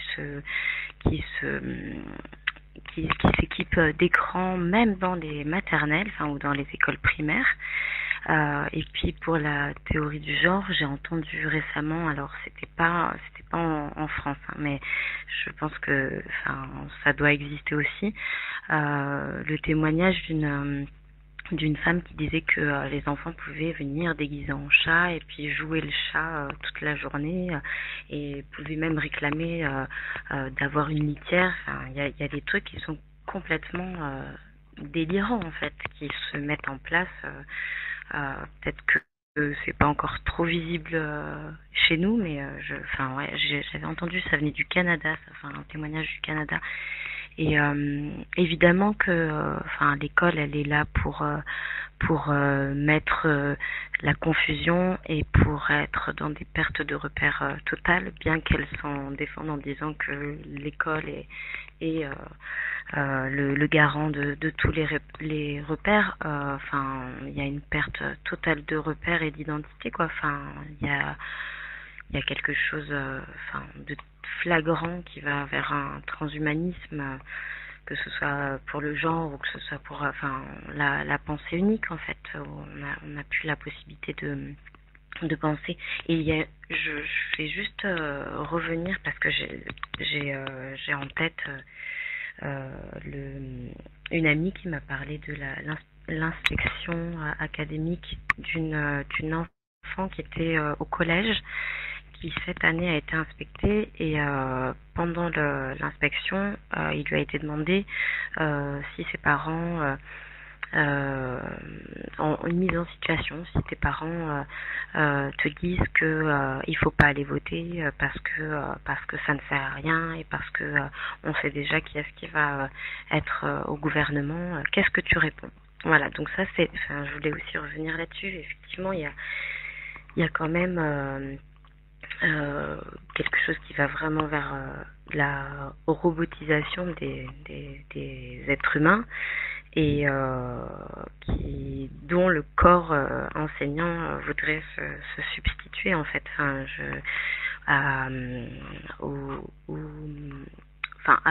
enfin, je fais ce parallèle-là avec le corps enseignant parce qu'en fait, j'ai l'impression qu'on essaye de corporaliser un petit peu toutes ces institutions. On a le corps médical, on a le corps enseignant, enfin comme si c'était des entités incarnées et qui voudraient prendre la place de nos corps à nous. Et enfin, je trouve que même au niveau sémantique, il y a tout un jeu comme ça où on veut mettre beaucoup de confusion et nous faire perdre notre identité et notre essence, quoi. Merci. Alors, oui, il y a des mains qui se lèvent. Alors, Isabelle, tu peux activer ton micro. Isabelle Luz. Oui, bonsoir. Alors, bon, moi, j'ai pas pris la conversation depuis le tout départ, mais alors j'aurais énormément de choses à dire parce qu'en fait, moi, ma fille, elle a 15 ans et elle est dans tous les, comment dire, dans tous les sujets dont on vient de parler là depuis à peu près une demi-heure. Donc déjà, bah, elle est au CNED depuis à peu près 2-3 ans. Donc voilà. En sachant qu'à partir d'un certain âge, je pense qu'il est un petit peu difficile que les parents fassent l'éducation à la maison sans, entre guillemets, programme scolaire. Bon, voilà. Ce qui est rigolo, entre guillemets, c'est que je vais avoir ma première inspection jeudi. Donc, ça tombe très bien tout ce dont vous parlez. Donc, je vais faire attention parce que je suis une méchante complotiste. Donc, je vais pouvoir un petit peu dire à ma fille de se méfier, etc. Bon, voilà. Donc pour revenir à tout ce qu'on a dit, ouais, depuis quasiment la 5e, elle ne va quasiment plus à l'école parce que c'est une gamine qui est totalement hors système. Elle a appris à lire toute seule, mais En fait, elle supporte pas le système, elle supporte pas l'école, elle ne supporte pas les gens enfin, de son âge, enfin, entre guillemets, quoi. Elle a subi du harcèlement tout le temps, tout le temps, tout le temps. Et pour revenir au CNED, ça a été une situation, enfin, c'était très, très bien pendant un temps, mais en fait, elle n'a pas de vie sociale. Donc, en fait, elle était plus du tout motivée pour travailler parce qu'elle voyait pas d'enfants de son âge. Après, ma fille, c'est une petite qui a aussi des problèmes de socialisation. Donc, en fait, ça ne l'aidait pas dans ce sens-là. Donc, c'est pour ça que je voulais témoigner aussi, parce que le sujet, il est, eh ben voilà, j'ai tout le temps dans la tête. Qu'est-ce qui est le moins pire pour elle, au fait? Voilà, donc ça, c'est un petit peu, c'est très, très compliqué. C'est vraiment très compliqué. Et pour revenir aussi à la théorie du genre, donc effectivement, ça fait, je vous dis, 3-4 ans qu'elle est plus vraiment à l'école, en fait, ou plus du tout. Et ma fille se sent aussi non genrée. Voilà. Alors, donc du coup, bah, je pense pas que c'est l'influence de l'école, puisque comme elle n'y va pas. Ceci étant dit, quand elle était toute petite, elle a failli mourir. Et il y a un entre guillemets «médium», parce que c'est beaucoup plus qu'un médium, qui agit sur elle à distance, gratuitement, machin, bref. OK, il l'a complètement entre guillemets «miraculée». Et moi, je lui ai dit: «OK, mais pourquoi elle a eu ça, quoi? Pourquoi? C'est pas normal. Je l'allaitais, elle a fait mourir d'une pyélonéphrite, c'était pas normal». Et il m'a dit, alors voilà, encore une fois, on est ouvert ici, hein, on en croit ce qu'on veut, mais il m'a dit, en fait, son âme ne veut pas rester ici. Elle est extrêmement en colère parce qu'on lui a dit qu'elle viendrait s'incarner en garçon, qu'elle a une mission très importante à faire et on l'a incarnée en fille. Donc, en fait, elle prend la faille de partir. Voilà. Donc et moi, je suis complètement anti-médicaments, complètement, voilà. C'est extrêmement difficile à vivre pour moi et je suis donc dans le milieu spirituel, sinon je ne vous écouterais pas. Et c'est très, très, très violent pour moi de voir ma fille qui est sincèrement, elle est d'une pureté, enfin, c'est extraordinaire, quoi. Et de voir la violence du monde spirituel envers les gens comme elle.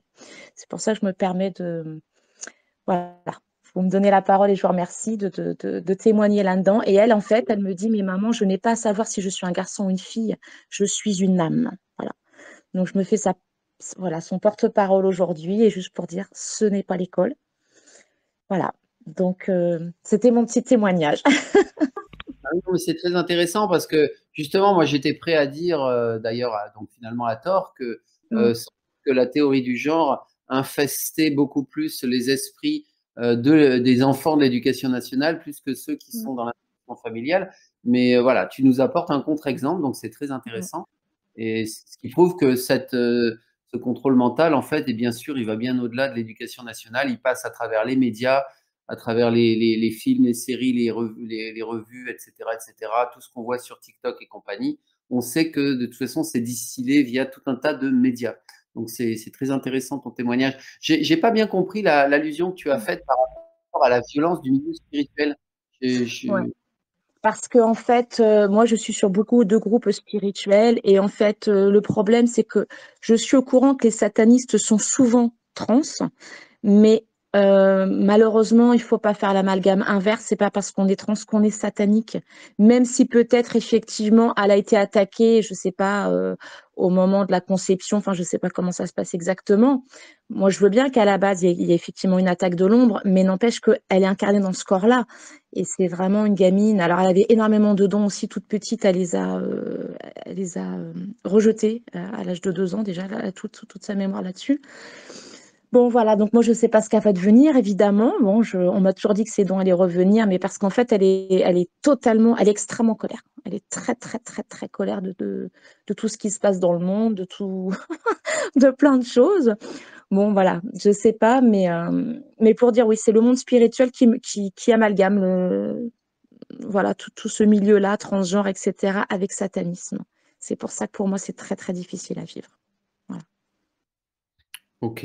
Alors, sans doute que les seigneurs du karma auraient des comptes à nous rendre par rapport à ça et par rapport à l'histoire de ta fille. Mais je ne sais pas si tu as vu d'ailleurs dans la dernière mise à jour de Cobra, il est bien question de les nettoyer, ceux-là aussi. Donc, cette situation se clarifiera. Ceci étant, moi, j'aurais envie de dire que je ne fais pas une consultation, hein, mais Mm. peut-être travailler sur la colère. parce que en fait, on en est tous là en réalité, hein. Moi, j'insiste beaucoup sur ce message-là, travailler sur sa guérison. Sa guérison, ça passe par plein de voies différentes, suivant ce que nous vivons individuellement.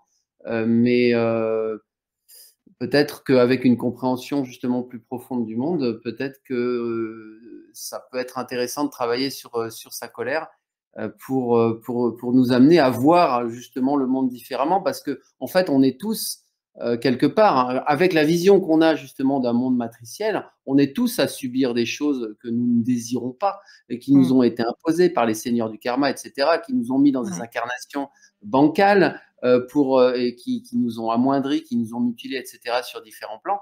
Donc, je pense que voilà, il y a sans doute un petit travail, un gros travail à faire, comme nous tous d'ailleurs, sur ces choses-là. C'est très intéressant ce que tu dis parce qu'en fait, j'ai acquis il n'y a pas très longtemps une machine de biorésonance quantique et donc la machine que j'ai travaille l'émotionnel. Donc en fait, elle scanne hein, et après, elle t'envoie le biofeedback. Donc en fait, je peux voir un peu effectivement les émotions principales, en l'occurrence pour ma fille. Et effectivement, ce que tu dis, c'est tout à fait ça. La colère ressort très fort. Et donc, je suis en train de travailler sa colère. Et là, je te parle et en même temps, enfin, je vous parle, je lui fais justement un soin et bien sûr, je travaille aussi le foie, etc., qui va avec. Et donc, voilà, voilà, on est sur la même longueur d'onde. Ok. Bon, encore une fois, ça nous amène loin, ce sujet de l'enseignement familial. Alors, on va bientôt mettre un terme à cette émission, puisqu'on arrive presque à 2 heures d'émission. Est-ce qu'une personne souhaitait encore éventuellement intervenir, poser une question ou apporter un témoignage? En tout cas, je suis plutôt satisfait. Malgré les problèmes techniques qu'on a rencontrés, on a réussi à faire une émission quand même assez interactive, beaucoup plus d'intervention des auditeurs que d'habitude, et ça, c'est super. C'était un petit peu justement le but recherché quand j'avais créé cette radio. Est-ce que vous souhaitez encore poser une question ou intervenir? Et sinon, à défaut, moi, je proposerais d'aller gentiment vers une conclusion. On a abordé pas mal de sujets. S'il y a des sujets que vous souhaitez approfondir ou faire une émission, en fait, sachez justement que cette émission s'est faite de façon spontanée. Donc, des personnes sont venues vers moi, comme Elsa et Myriam, pour dire qu'elles aimeraient bien donc discuter de ce sujet-là en public parce que c'est un sujet important qui leur tient à cœur, etc. Et donc, on a fait cette émission. Donc voilà, si vous avez des choses à suggérer, des sujets à suggérer, utilisez notamment le groupe Telegram autour de Radio Pléiade pour vos suggestions de sujets. Et je vais, moi, je vais vous proposer, je vois pas de main qui se lève, les personnes aussi qui sont intervenues, hein, toute personne qui est intervenue ce soir peut participer à la conclusion si elle le souhaite. Mais je demanderai à minima à Elsa et Myriam et Didi peut-être de nous faire une petite conclusion sur ce sujet-là, quitte à nous amener sur d'autres sujets pour plus tard, pour une autre émission. Moi, juste pour dire que je ne suis pas contre les écoles ou même d'autres écoles alternatives. C'est juste qu'on est tellement tous différents. Et en fin de compte, il y a tellement d'enfants différents, tellement de parents différents. Il faut qu'il y ait une richesse, quoi. Et je trouve que la richesse, c'est vraiment important de la faire bonifier. Et plus il y aura de choses différentes, et mieux ce sera, et plus les gens trouveront des choses qui leur correspondra. Et vouloir faire une école unique et tout arrêter, je trouve que c'est une grande pauvreté en fin de compte. Oui, moi, si je faisais le parallèle par rapport à la vaccination, un sujet que je connais bien, on en a parlé plusieurs fois dans cette soirée, c'est qu'effectivement, si on est tous différents aussi par rapport à la vaccination, et s'il y a des gens qui souhaitent garder la liberté de ne pas se faire injecter de quelque chose, elles doivent pouvoir garder cette possibilité. Et puis, si des personnes sont dans la peur ou considèrent que ça peut leur faire du bien d'être injectées de quelque chose, gardez cette liberté si vous le souhaitez, à condition d'avoir été préalablement bien informé. Mais oui, tout à fait. Bon, merci Didi. Myriam ou Elsa, est-ce que vous souhaiteriez apporter un mot de conclusion à cette émission? Peut-être dire une ultime chose que vous n'auriez pas pu dire.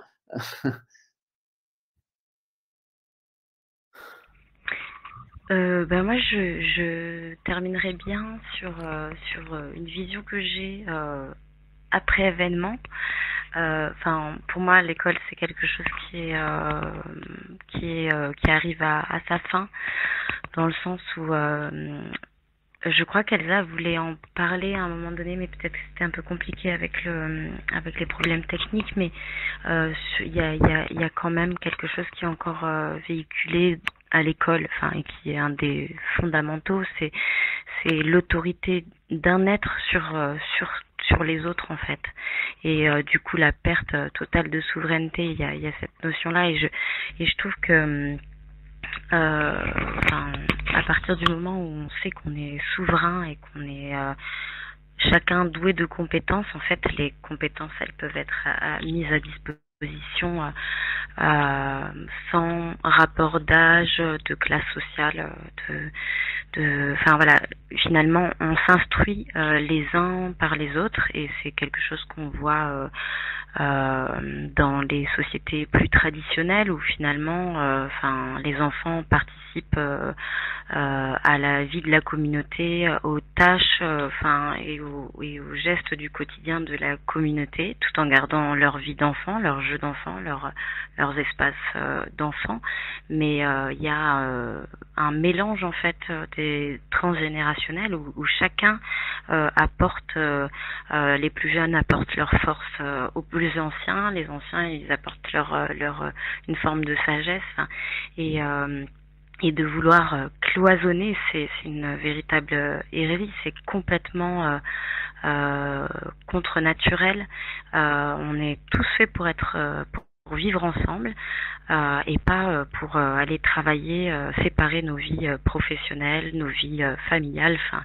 Ça c'est une construction sociétale qui a ses finalités qu'on connaît.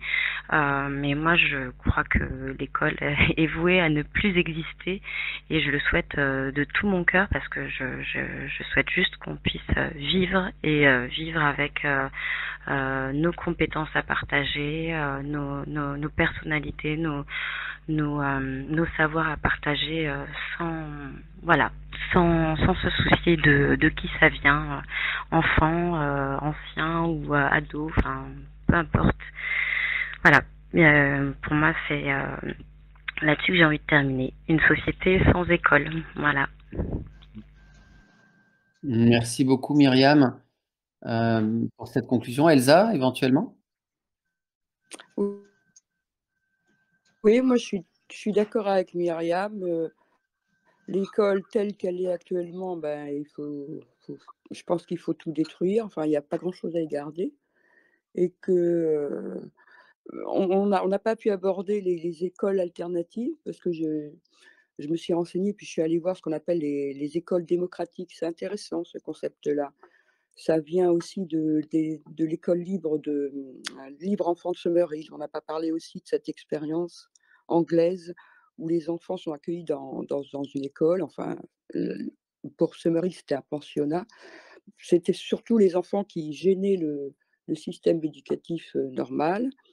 Et en fait, dans cette école-là, ils choisissent leur programme, ils vont en cours quand ils ont envie. Enfin, bon, c'était une forme de liberté proposée qui était pas mal. Et en ce moment, en France, ça se développe. On a les écoles démocratiques qui ressemblent un peu à cette idée-là de base, que les enfants sont reçus dans l'école, et puis ils choisissent un peu ce qu'ils ont envie d'apprendre.